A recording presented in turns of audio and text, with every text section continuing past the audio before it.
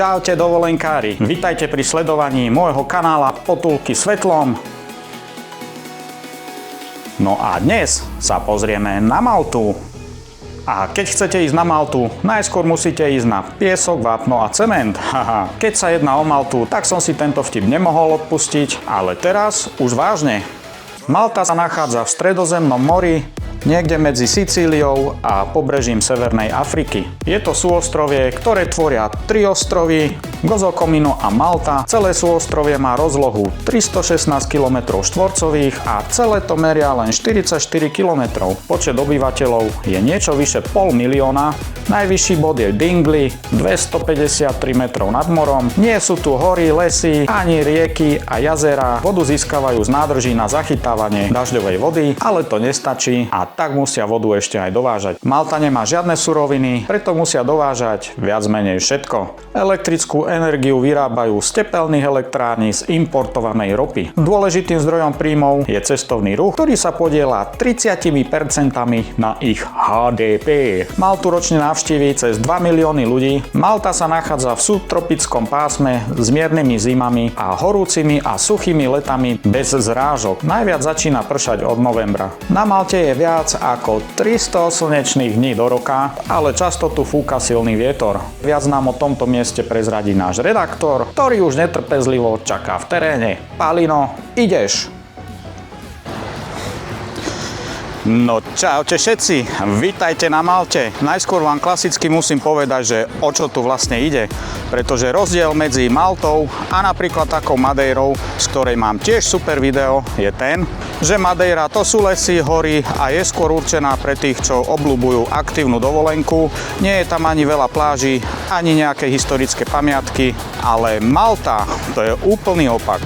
Malta to je rovina. Pláže tam nájdete na každom rohu a keď nie pláže, tak aspoň také rebríky do mora a naozaj kdekoľvek si môžete zaplávať.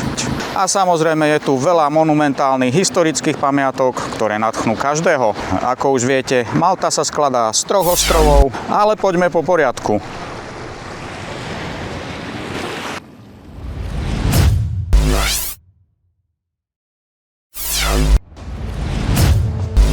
Najskôr vám ukážem ostrov Gozo a začneme v jeho hlavnom meste Victoria. Toto mesto sa dlho volalo Rabat a miestni ho tak volajú dodnes.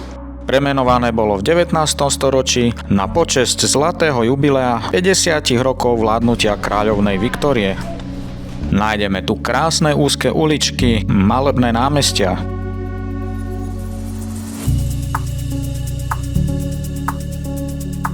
Má 7 000 obyvateľov a je to kultúrne a historické centrum ostrova.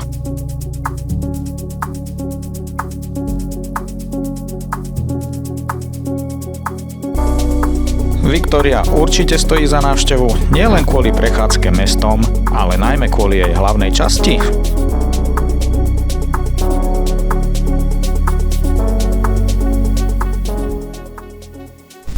Dominanta Viktórie je bez pochyby citadela, ktorá slúžila aj ako útočisko pre všetkých ľudí z celého ostrova, pretože tu piráti stáročia robili nájazdy a kradli ľudí do otroctva.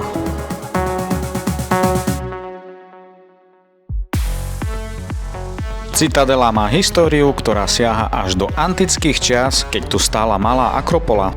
V stredoveku bola prestavaná a posilnená, no najväčšiu prestavbu zažila v 16. storočí po ničivom nájazde Osmanov v roku 1551, keď bol celý ostrov vyplienený a obyvateľstvo Goza odvlečené do otroctva.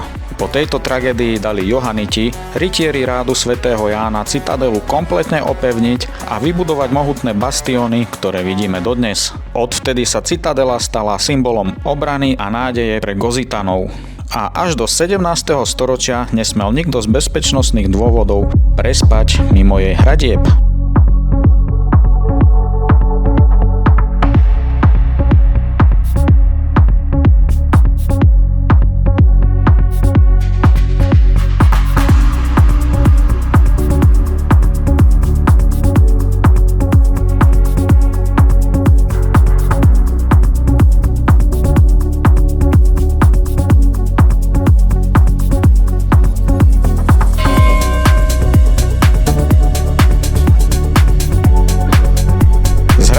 Citadel je vidieť panorámu celého ostrova. Dnes sa táto pevnosť uchádza o zápis do kultúrneho dedičstva UNESCO.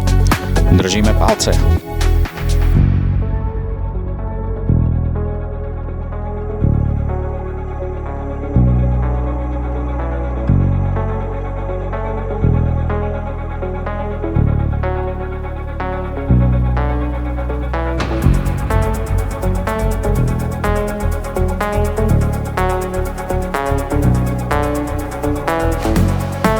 Prvý deň som sa rozhodol, že sa poprechádzam po severnom pobreží ostrova a na to som sa musel dostať práve sem. A aj keď mám autobus zadarmo, ale ten nechodí až sem a musel by som prísť sem pešo a ešte sa vracať, tak som si radšej zavolal Uber za 11 €. No a odtiaľ to už môžem pokračovať. Takže poďme na to. Hneď tu je aj prvá prírodná atrakcia, skalné okno. Bolo tu aj jedno oveľa známejšie, ktoré sa volalo Azúrové okno, ale to sa bohužiaľ vplyvom nepriaznivého počasia zrútilo do mora. Tak vám ukážem aspoň toto.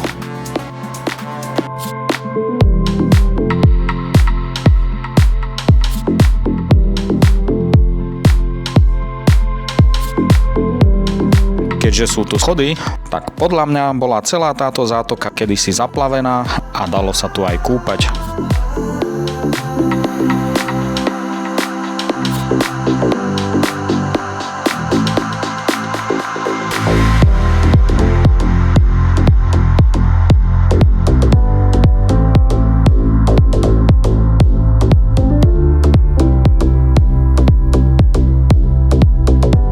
Môj dnešný plán cesty je prejsť po pobreží až na Ramla Beach, čo by malo byť okolo 10 kilometrov.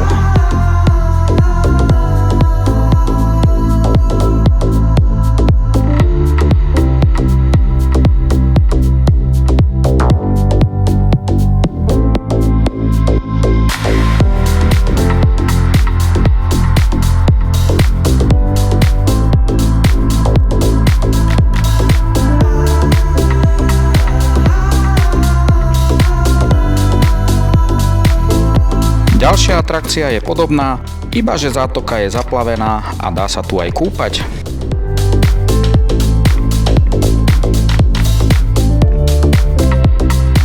Je to také odľahlé miesto, kde nechodí milióny turistov a ak vám nevadí kamenistá pláž a nebojíte sa, že vás zožerie nejaká chobotnica, tak je to miesto určené pre vás. Voda je tu krásna, čistá a plitká a je to veľmi príjemné osvieženie na takejto túre.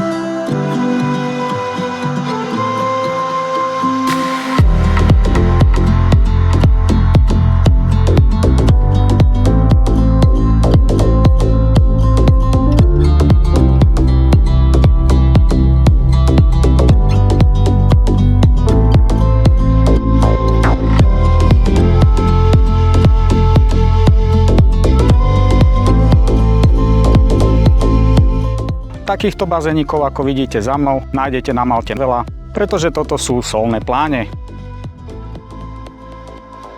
Tieto starodávne solné pláne vytesané do skaly sa ťahnú popri pobreží niekoľko kilometrov a slúžia na výrobu soli už viac ako 1000 rokov. Princíp je jednoduchý. Počas prílivu a búrok more zaplaví nádrže a voda sa nechá prirodzene odpariť horúcim stredomorským slnkom a na dne zostáva len čistá morská soľ, ktorú miestni ručne zbierajú, tak ako to robili generácie pred nimi. Soľ z Goza je veľmi čistá a obľúbená medzi miestnymi kuchármi.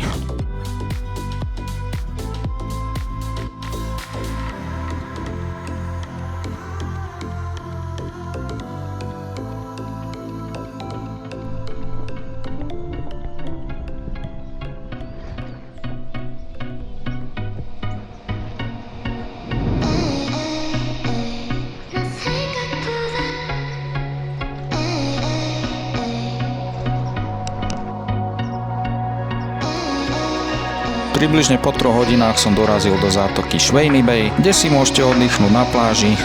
A keďže už slnko zapadá, tak som sa tu zastavil trošku sa občerstviť. Mimochodom pivo tu stojí 5 € a prekvapilo ma, že sa nečapuje pod liter, ale len 0,4.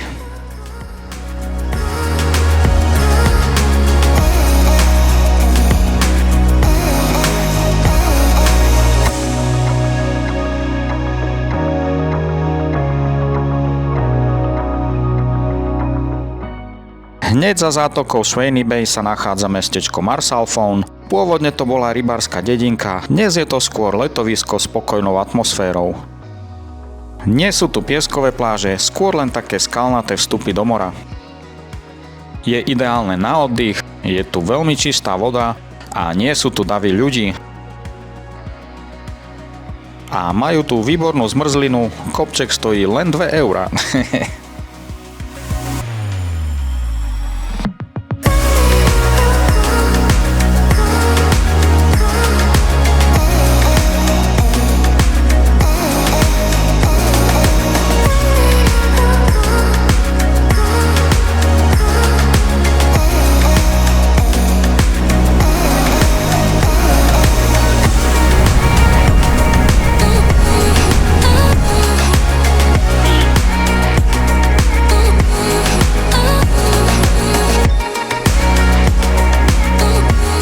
Na Malte je veľa pláží, väčšina z nich sú kamenisté, ale nájdeme tu aj pieskové. A jedna z najkrajších a najobľúbenejších pláží je Ramla Beach, kde nájdete takýto krásny oranžový piesok.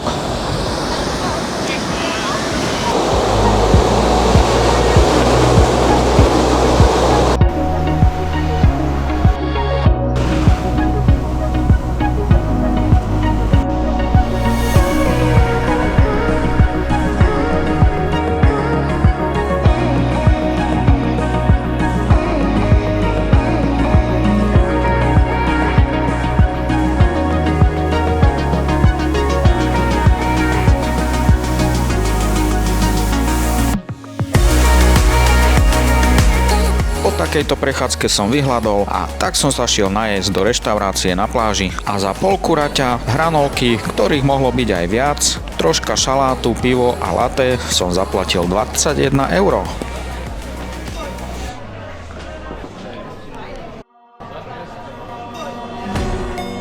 Pri vylodení na ostrove Gozo ma zaujala panoráma s kostolíkom nad prístavným mestom Mgar a tak som sa tam išiel pozrieť, najmä kvôli peknému výhľadu na prístav.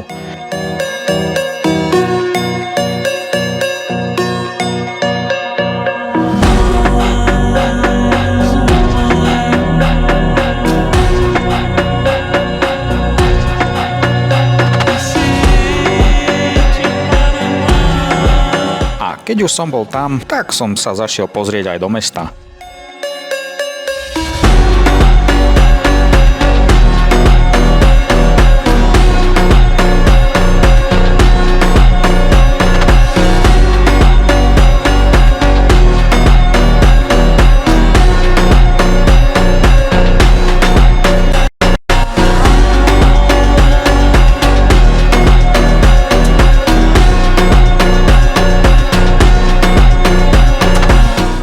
A to je už z ostrova Gozo všetko, ale ideme ďalej.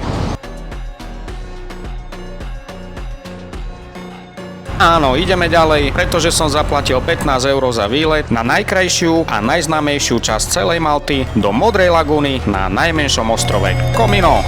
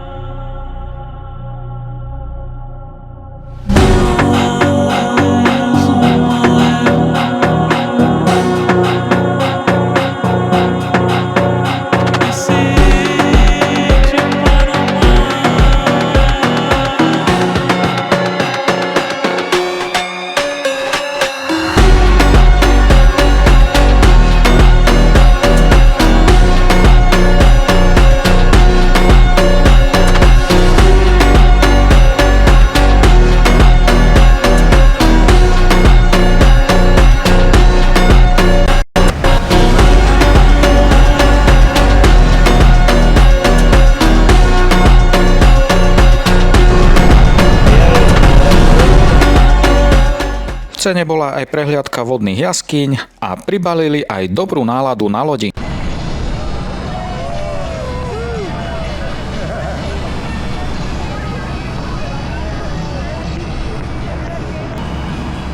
No a pomaly sa vylodíme na hlavnom a najväčšom ostrove, takže vitajte na Malte konečne.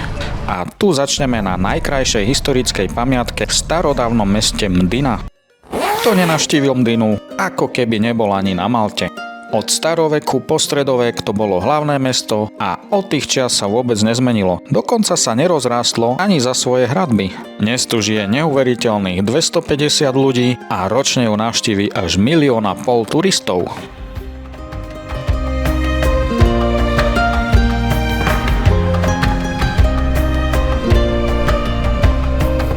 Jej príbeh sa začína pred viac ako 4000 rokmi, keď tu Feničania postavili prvé opevnené sídlo. Rímania mu neskôr dali meno Melite a urobili z neho centrum moci, kultúry a bohatstva. Práve tu žila elita rímskej Malty obklopená palácmi, chrámami a vysokými hradbami. Po páde Rímskej ríše sa život mesta stiahol výhradne za jeho hradby. Arabská nadvláda ho v 9. storočí zmenšila, zúžili sa ulice, priblížili domy k sebe a Mdina sa stala mestom obrany a nie pompéznosti a okázalosti ako predtým. Práve Arabi jej dali meno Mdina, čo jednoducho znamená mesto. V stredoveku tu sídlila maltská šľachta, oddelená od zvyšku ostrova a do mesta sa vstupovalo len s povolením. V roku 1530 španielský kráľ Karol V daroval ostrov hradu svätého Jána z Jeruzalému Johanitom, legendárnym maltským rytierom. Tí zaručili občianske práva Malťanov a vnútornú autonómiu Mdiny. Ale postupne budovali aj prímorskú Valetu a 8. marca 1571 sa Valeta stala hlavným mestom. Význam Mdiny odvtedy upadol a vládca Johanitov veľmajster Jean de la Croix Castellar prikázal zbúrať mestské hradby.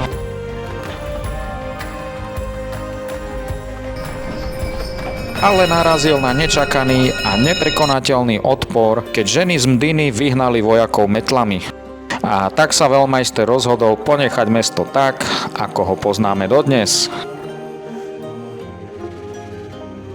Pri návšteve Mdiny máte naozaj pocit, ako by ste sa prechádzali v stredoveku.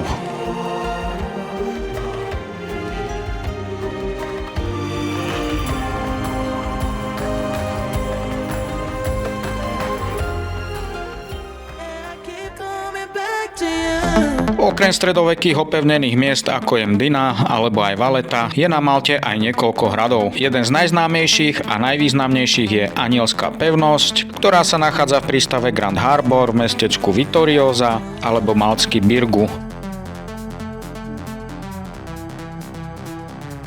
Jej korene siahajú do byzantskej éry okolo 9. storočia, keď tu bola strážna väža na ochranu prístavu. Ale prvá písomná zmienka je z 13. storočia, keď posádku hradu tvorilo 150 mužov. Po príchode rádu v roku 1530 sa stala ich dočasným sídlom a Johaniti ju prestavali na mohutnú barokovú pevnosť. Spolu s pevnosťou St. Elmo zohrala dôležitú úlohu pri obrane počas veľkého trojmesačného obliehania Malty Osmanskou ríšou, čiže Turkami, ak by náhodou niekto nevedel, v roku 1565.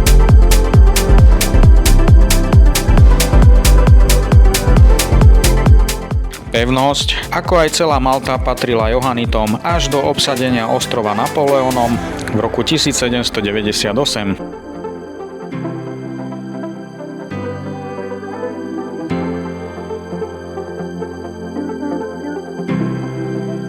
Francúzi sa na Malte neohriali dlho a po revolúcii Malťanov za nezištnej pomoci Angličanov v roku 1800 sa Briti ujali vlády nad ostrovom a od roku 1906 sa z pevnosti stalo veliteľské centrum stredomorskej flotily kráľovského námorníctva.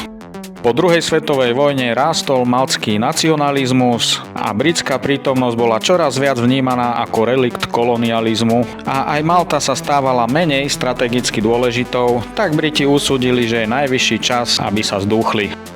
A odišli v roku 1979, keď bola Malta oficiálne vyhlásená za nezávislý štát. Rád maltejských rytierov funguje dodnes. V roku 2001 podpísali dohodu s vládou Malty, podľa ktorej bude rád využívať čas pevnosti 99 rokov ako svoje exteritoriálne územie. Mimochodom sídlia v Ríme. Sant'Angelo nie je len pevnosť, je to pamäť Malty, jej odhodlanie, sila a krása, ktorá pretrváva dodnes.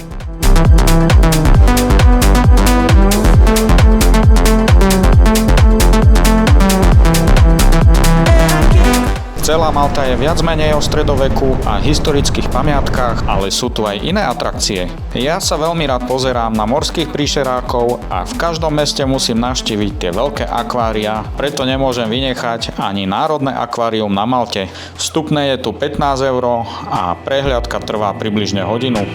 Je to príjemné spestrenie dovolenky, najmä pre rodiny s deťmi, alebo keď vám nevyjde počasie.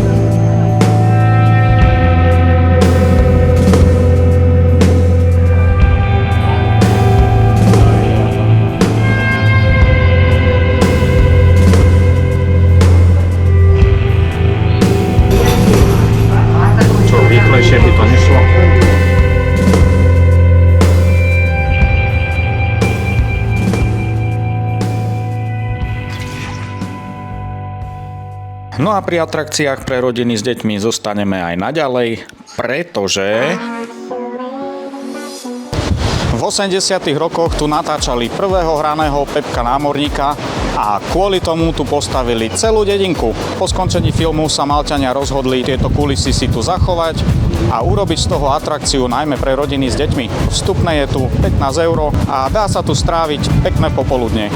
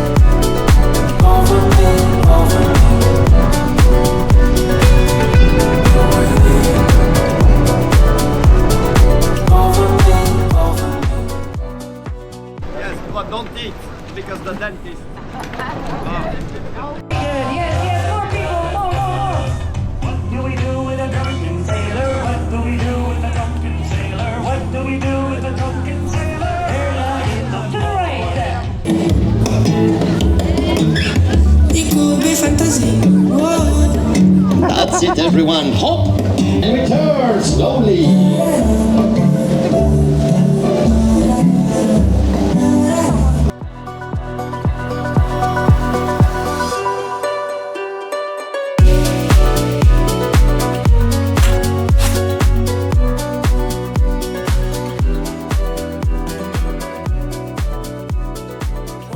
A nakoniec sa prejdeme aj uličkami hlavného mesta La Valletta. Valletta patrí medzi najmenšie hlavné mestá na svete, rozlohu má len necelý kilometr štvorcový a 6000 obyvateľov.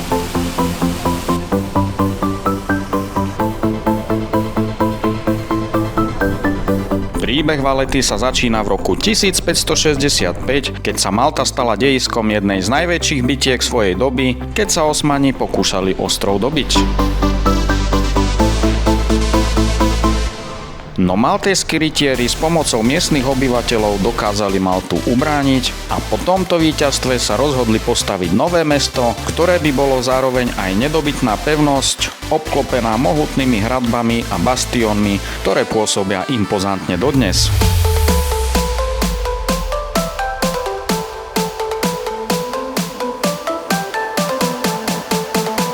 Meno dostala po veľmajstrovi rádu Jeanovi Parisot de Valette, ktorý viedol obranu ostrova.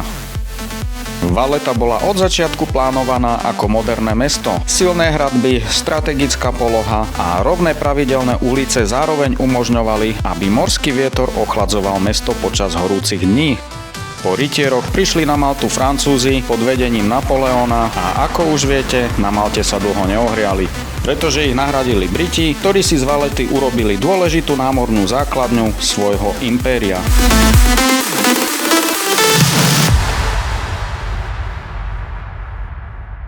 Počas druhej svetovej vojny bolo mesto ťažko bombardované, no väčšinu historických budov sa podarilo zachrániť alebo obnoviť a historická duša mesta prežila.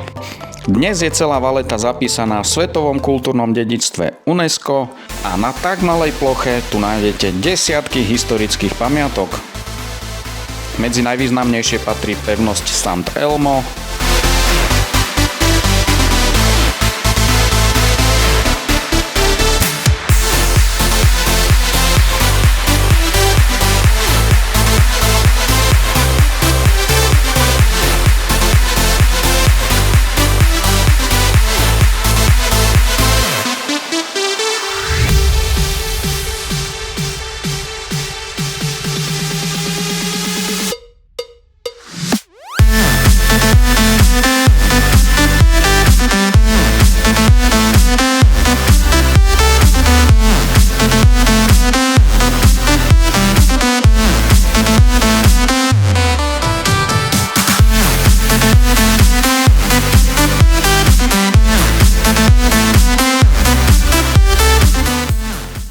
alebo aj veľmajstrov palác.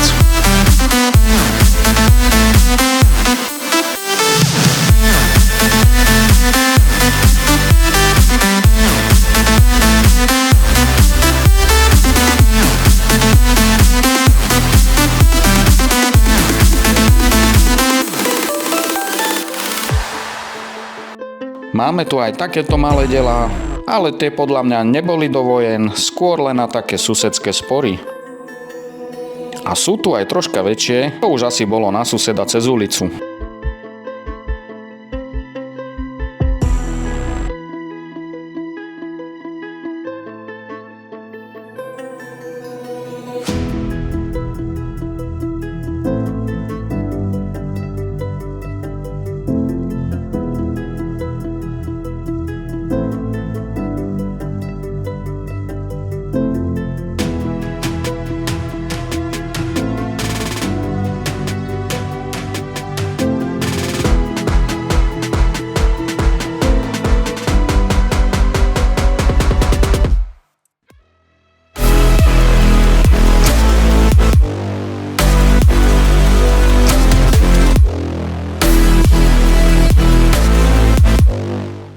Najkrajší výhľad je zo záhrad Upper Baraka na jeden z najkrajších prístavov v Európe, Grand Harbor.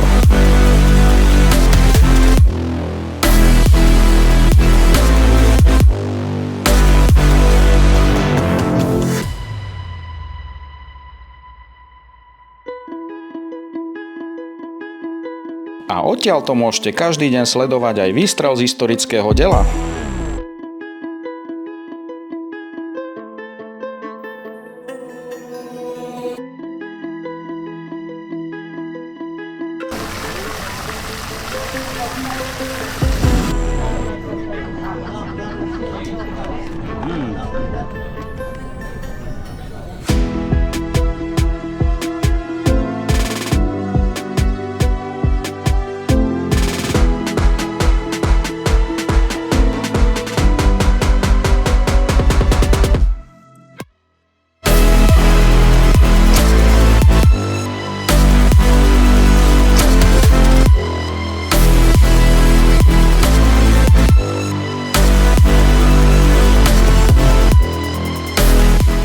Jedna z prvých otázok, ktorá napadne každého, kto niekam ide, je, že kde je najlepšie sa tam ubytovať. Keď si idete len tak oddychnúť na pláž, s tým, že sem tam chcete ísť na nejaký výlet, tak odporúčam časť Melieha. Je to také typické letovisko s najširšími plážami na Malte. Je tam blízko aj hlavný trajekt Čirkeva, ak by ste sa chceli pozrieť na Gozo alebo Komino. No a pre tých, čo majú radi ruch mesta, nočný život, obchody, bary, diskotéky a ktorí sú takí akčnejší, že chcú ísť každý deň niekam a niečo nové objavovať, no tak pre tých je tu obchodná a rezidenčná časť Silema. Tam som bol ubytovaný aj ja a je to jediná časť na Malte, ktorá vyzerá ako moderné mesto. Je to blízko Valety a chodí tam aj pravidelne trajekt za 2 eurá. A na promenáde máte aj veľa autobusových zástavok, odveziete sa do Valety na autobusku a odtiaľ sa už dostanete všade. No a na to nadväzuje druhá otázka, že keď už ste tam, tak ako sa tam prepravovať? Ak si požičiate auto, tak je to jasné a ani žiadnou lokalitou ubytovania nič nepokazíte.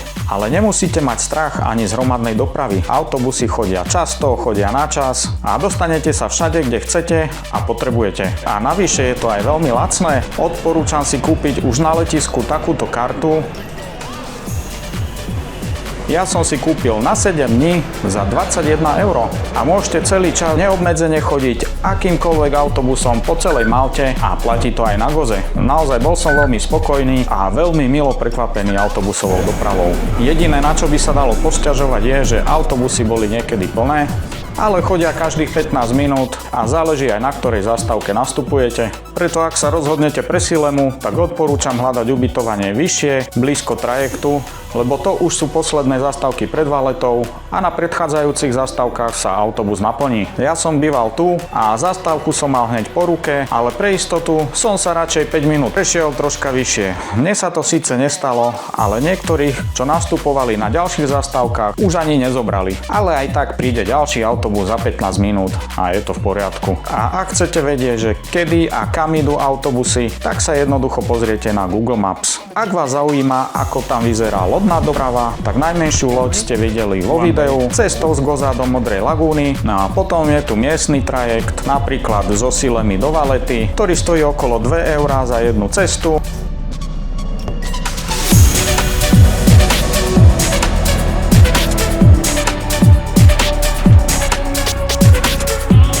A potom je tu Hyperspeed a to je už riadny rýchly katamarán. Ten chodí z Valety na Gozo každú hodinu, cesta trvá 45 minút a stojí 15 €.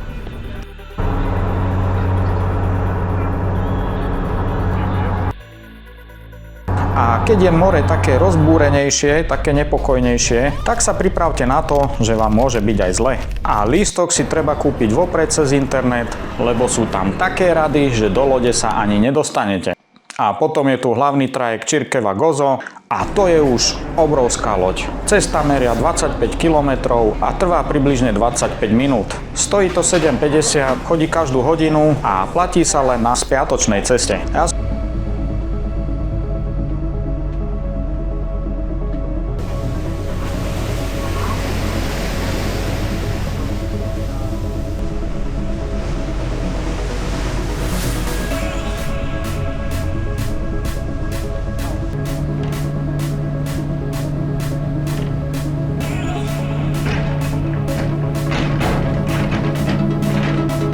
Čo sa týka počasia, Cez leto sú na Malte preukrutné horúčavy. Ručičky teplomera neraz ukazujú aj vyše 40 stupňov Richterovej škály. A zimy sú mierne, ale na sedenie vonku to nie je. A tak to vymysleli tak, že keď prší, tak vyťahnú takéto stany na ulicu a keď je zima, tak príde ujo a zapne vám takýto plynový kotol. Pretože na Maltu chodia turisti celý rok a dá sa povedať, že celý rok je tam sezóna. No a čo sa týka samotného ubytovania, najskôr som spal 2 noci na Goze vo Viktórii za 90 €. Bolo to také mini štúdio v klasickom paneláku, nič moc, ale 2 noci sa tam prežiť dali.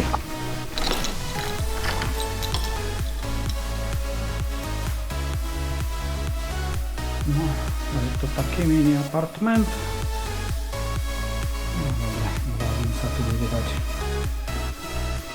A potom som býval 5 nocí v hoteli Triton v Silene na Malte za 420 €.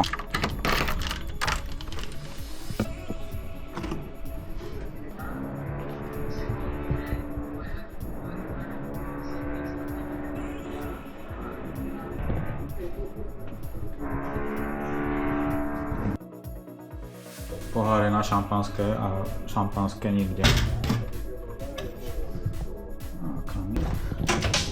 Žiadne kura v trúbe. No. Pozrite sa.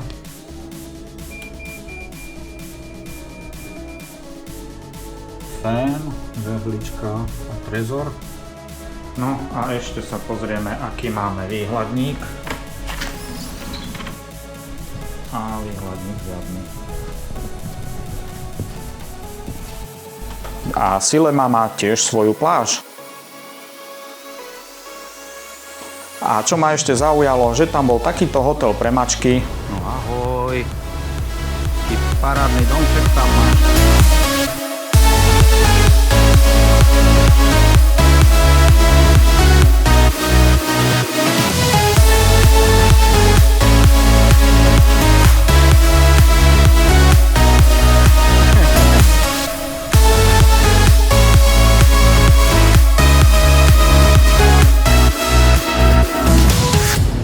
No a to je už všetko, majte sa dobre a uvidíme sa niekedy na budúce. Hasta la vista!